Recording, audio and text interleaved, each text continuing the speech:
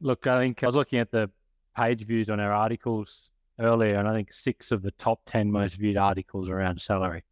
So I think that says everything you need to know about students and how interested they are in knowing what they're worth, let's say.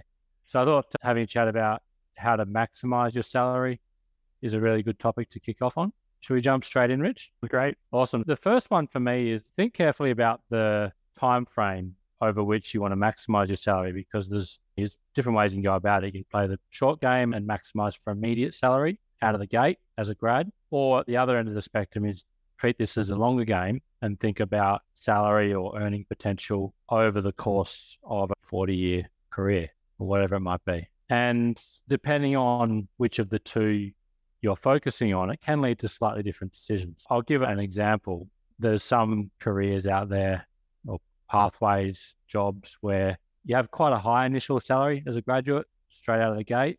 Engineering comes to mind. Doctors are a good example, very well paid, often towards the top end of salary rankings by sector, but less rewarding upside compared to other potential careers. So you paid well to begin with. It's unusual to see a pure engineering focused career end up getting paid multi-million dollars unless you go down the management path and, leadership and CEO and that type of stuff. But pure engineering will be unlikely to see enormous salaries there. There's always exceptions to the rule, of course. If I can to the other end of the spectrum, where you might have a more modest starting salary or even no salary at all in the instance of, for example, entrepreneurship and startups. You take a big haircut there, but if you get it right, there's huge upsides and you can make huge amounts of money, which would make anything you could possibly earn as an engineer or a doctor look like rounding errors.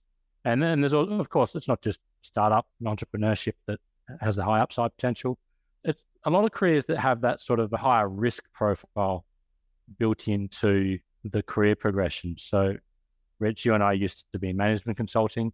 Management consulting is known for being quite a brutal pyramid structure, and you have to fight really hard to get to the top and become a partner, an equity partner. But of course, if you get there, chances are you're going to be earning millions of dollars. That's right. They often call them grey-haired professions. It's competitive to get in. It's a lot of hours to begin with, and the amount you get rewarded for the hours you're putting in it's not a lot in the beginning. But they call them grey-haired professions because you start getting a reward for it once you've got grey hair. And part of the reason for that is that it takes those professions, your worth is often built on your experience. And it just takes a long time to get that experience. If you're going to be the best lawyer in the room, or if you're going to be the best strategist in the room, you need to have had a lot of experience behind you. But you're right, Jeff, it's a really good one to think about out at the outset, whether or not you need to make a lot of money really quickly or you're prepared to be patient and build a career. Pros and cons. If you are going to pick the ladder and be patient and build a career, you want to be sure that you're not the kind of person that gets bored with things easily. If you want to be a lawyer and a top lawyer, you need to be prepared to stick it out in that profession for 20 years, which is no longer the norm. Most people are changing careers every 7 years and jobs much more often. That way of thinking of picking a company and sticking with it for decades and decades is no longer that common. So it's worth thinking about that when you're making these decisions. Yeah, absolutely. It's a good point, Rich. And that's probably a nice segue into the second point I wanted to talk about, which is risk versus reward. They say there's no such thing as asymmetric upside without asymmetric risk. And you will have noticed in the types of careers we've talked about already, consulting, where you've got a steep pyramid structure, or entrepreneurship, where you've got an enormous amount of risk built in, where the startup might fail. The more risk you take on, the often, or at least the way it should work, the higher upside potential there should be. So very high onto the startup failing. But if you manage to make it work, then of course, you may have the next Facebook on your hands. Who knows? I'm using extreme examples here, but the same goes for a lot of careers.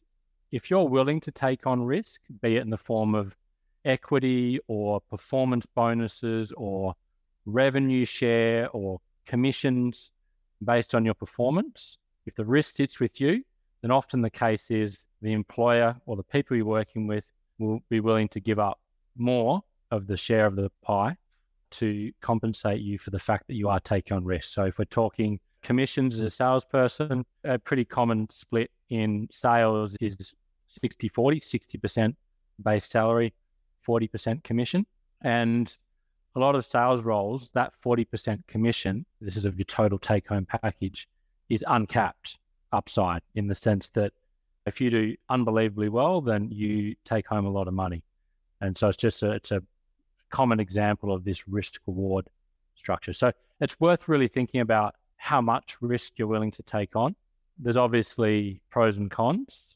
A lot of people say when you're younger, that's the time to take on more risk. But of course, there's always downsides, and it can pop up in unexpected places. One thing that comes to mind as an entrepreneur is when it comes time to borrow money to buy a house. The banks, when you're trying to get a loan, will not give any weight to anything that's basically not a fixed salary that you've had for multiple years. And so it can come back to haunt you in other ways. And these are things that are worth very much thinking through. Absolutely. And I suppose you were touching mostly on sharing the financial risk and reward there, Jeff, but there's also another element of risk that is often built into salaries, which is, look, it could be personal risk, or it could be risk that a really bad outcome happens. And a couple of examples of those kind of jobs where you get paid really well, but part of that pay is actually compensating you for taking on a lot of risk, or perhaps a lot of stress, is, for example, being an air traffic controller, or perhaps being an obstetrician. So both of those jobs, I'll talk about air traffic control, pays very well, requires no university degree. They're hiring right now, actually. Australia can't get enough air traffic controllers. They'll train you, give you everything that you need to do. And I'm pretty sure the package starts at something north of $100,000. But the catch there, if there is one, is that it's actually kind of a risky job and a very stressful job.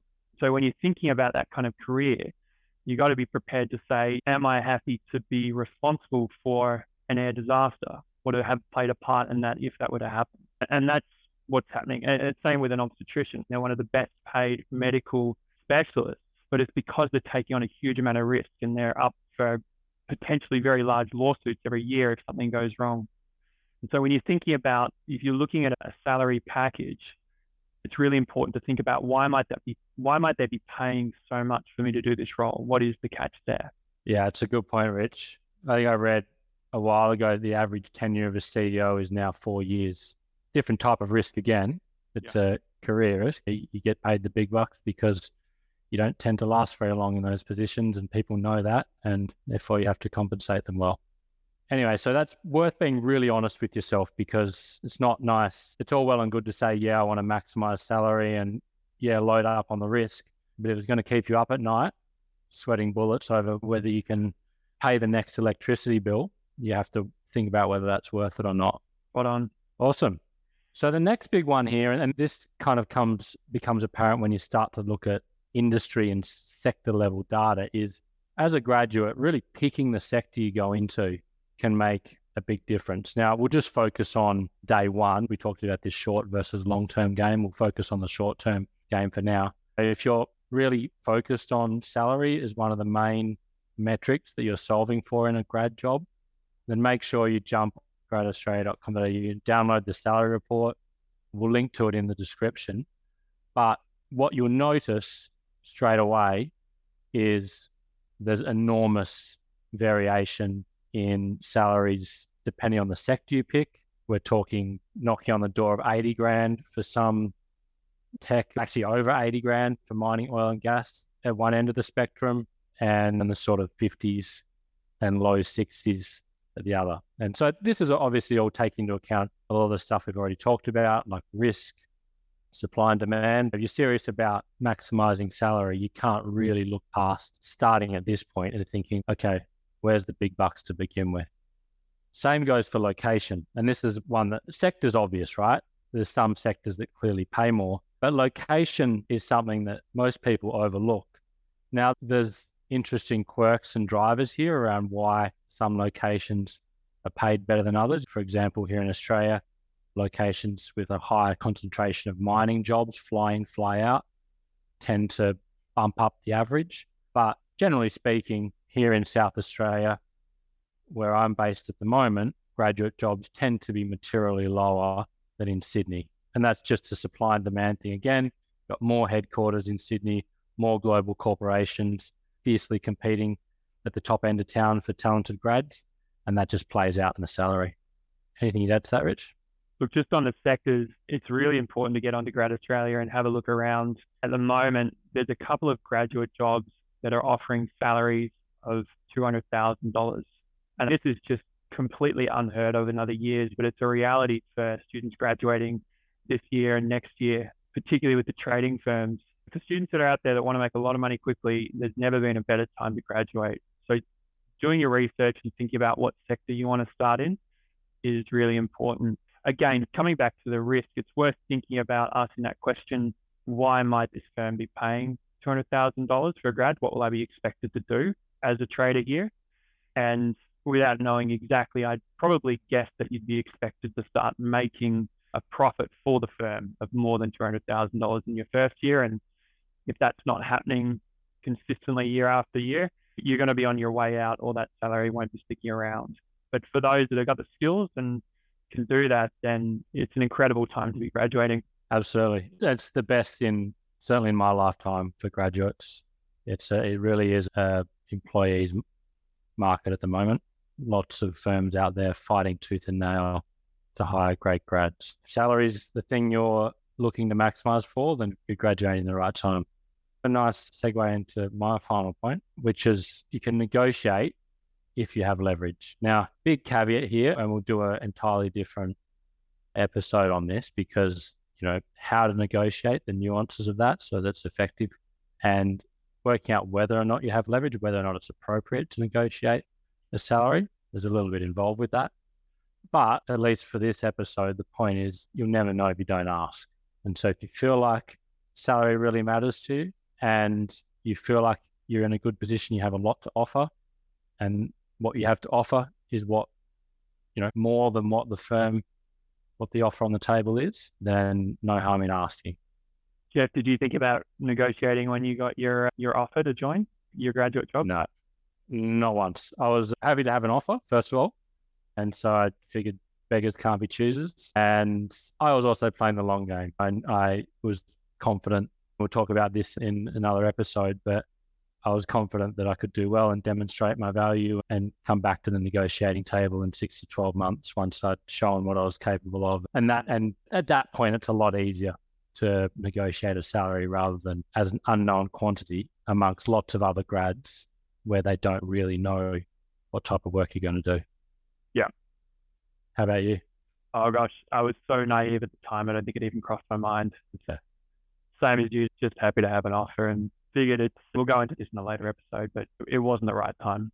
Certainly wasn't actually, I should tell you, one thing I did negotiate on though, is at the firm we joined, there was a signing bonus. I don't need to remember that, Jeff. Yeah, I do. And I had this period where I had graduated, but I wasn't going to start the job for another 12 months, but I was actually finishing uni pretty soon. And so that signing bonus would come in very handy if I could get it now. It was time rich and cash poor. So I did negotiations that early and have some fun. I had a couple more points to add just before we wrap this up, Jeff. Another thing to think about is when you're looking at the variation in different sectors and particularly different roles even within the same sector, it's important to understand how many hours you're going to be expected to work in those roles and back solving what the hourly rate is going to be. Again, this plays in a little bit to whether you're playing the short game or the long game. You might see an offer from an investment bank or even a management consulting company that is north of $100,000, and you might think that's great. And how could you compare that with an offer for $50,000 or $60,000 to join an accounting firm? But the reality is you'll probably be expected to work twice as many hours at the former rather than the latter. And remember, with a progressive tax system, the amount you get taxed on those last dollars is much more than the amount you get taxed on those first dollars. So it's worth doing the maths and thinking about, is the second 40 hours of my week really best spent working for this? Or is it best spent playing sport, doing my own startup, doing a side hustle? Who knows what it is? For many people, it's totally fine. They want to work hard and they want to make an impact. And that's great. But if that's not for you, be really honest with yourself about that in the beginning. I was just going to add, Rich, like we've made the mistake of, or at least I've made the mistake of focusing exclusively on salary so far, but you're dead right to bring up that you want to not just focus on the output, the salary, but the inputs. And For a lot of people, work-life balance is rightly a focus. I'm not sure that we ever published it. I'll have to look it up and put it online if we didn't, but I did do the numbers a while back on comparing effective hourly rates for different graduate careers. And I actually compared it to different trades, carpenters and plumbers and whatnot. And for most of the entry-level graduate salaries on an hourly basis, they were earning less than a trade. Now, this was the case a few years ago. So I know cost of trade has gone through the roof now. Probably almost certainly be the case now. But yeah, the working hours do differ significantly between sectors. And we do have some data on this.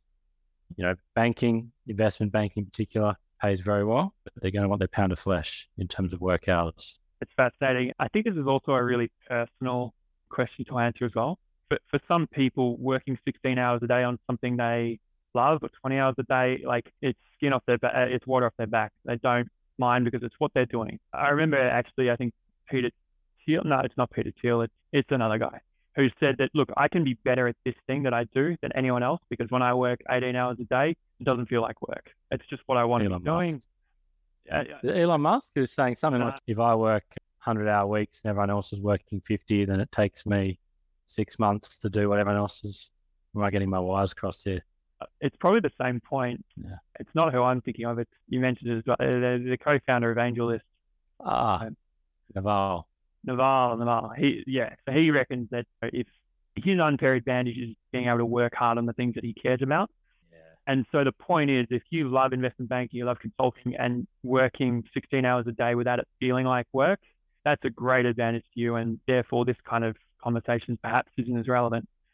But if you're someone else and working more than 8 hours a day is really hard work, then those extra 8 hours you're going to have to work in a day, it's going to be painful. And so tricking yourself into thinking that I'll just get there and it'll all be all right, maybe, but maybe not. It really does come down to what you like as an individual and how you like to work. Two very good points. So don't just focus on salary. Yeah. Look, the final point I'd make is around optionality and diversification. Part of this related to playing the long game that we spoke about earlier, perhaps in some of these grey-haired professions. If you go deep on becoming a lawyer, for example, and particularly if you focus on a specialized part of law, it can be hard to unwind these decisions. And so your pay might be going up, but if you're not really enjoying what you're doing, it's hard to jump ship, and it's hard to say, let's say you get 10 years down the path of being an IP lawyer, and then you wake up one day and you realize you don't really like IP law, but you do like the $200,000 salary that you've gotten yourself used to. It's hard for you to switch into something else and keep that salary. Whereas another example, management consulting, would say that if you've got so far down that line and you're getting used to your $200,000 salary, that actually has a whole lot more optionality. There's many things you could jump to from there that probably allow you to keep your salary and do something different. I remember clearly when I was an intern, Jeff, I used to work at the now non-existent car maker Holden and General Motors Holden. And back then, Jeff and I are both engineers as well. I was a kid in a candy shop. I couldn't have asked for a better job. I was getting to work with all these cool software and drive cars around and work with really smart people. I remember getting to know the two guys that ran this crash simulation software, and I thought it was fascinating. They would build up an entire car using 3D models, each component representing the exact material that the real life one was, and they could run hundreds of crashes per day, changing little things in the car to try and reduce the loads on the passengers and get a better safety rating.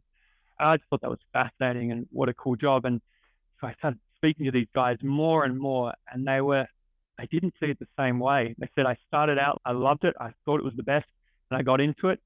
And now I'm 20 years into a career. There's only one company in the country that will hire me because Holden's the only one still doing this. I've got no other options. And as we all know, 5 years later, Holden stopped making cars. And I don't know what those two guys got up to, but they'd obviously seen the writing on the wall. And it's not just that they ran out of opportunities, but they'd also fallen out of love with what they did. And when you combine that with not being able to keep that same salary and do something else, it's worth thinking about. When you're thinking about what you want to do, diversification or like how broad the skill set you're building can be used is an important factor to consider. It's a really good one. In the context of such a it's an elaboration on the point about risk. More optionality in your career equals lower risk. The more highly specialized one firm in the country that can employ you, they're obviously very valuable to that particular company. But like in the example of Holden, there's more risk built into that career path. And if things go pear-shaped, then it's not so good for your earning potential unless you learn to move overseas in this instance. I actually remember a similar conversation when I was actually, believe it or not, tossing up between going down the government grad role pathway and consulting. And I was genuinely on the fence. The salaries were pretty similar. Not that was a big driver for me. Now, I obviously knew that consulting had a much higher upside potential than government career paths. But what got me was one of the partners at the time sat me down and said, look, Jeff, if you're not sure, then you really want to start in consulting, because you start at a well-regarded consulting firm and you can make the crossover into the public sector any day of the week. Anyone will hire you.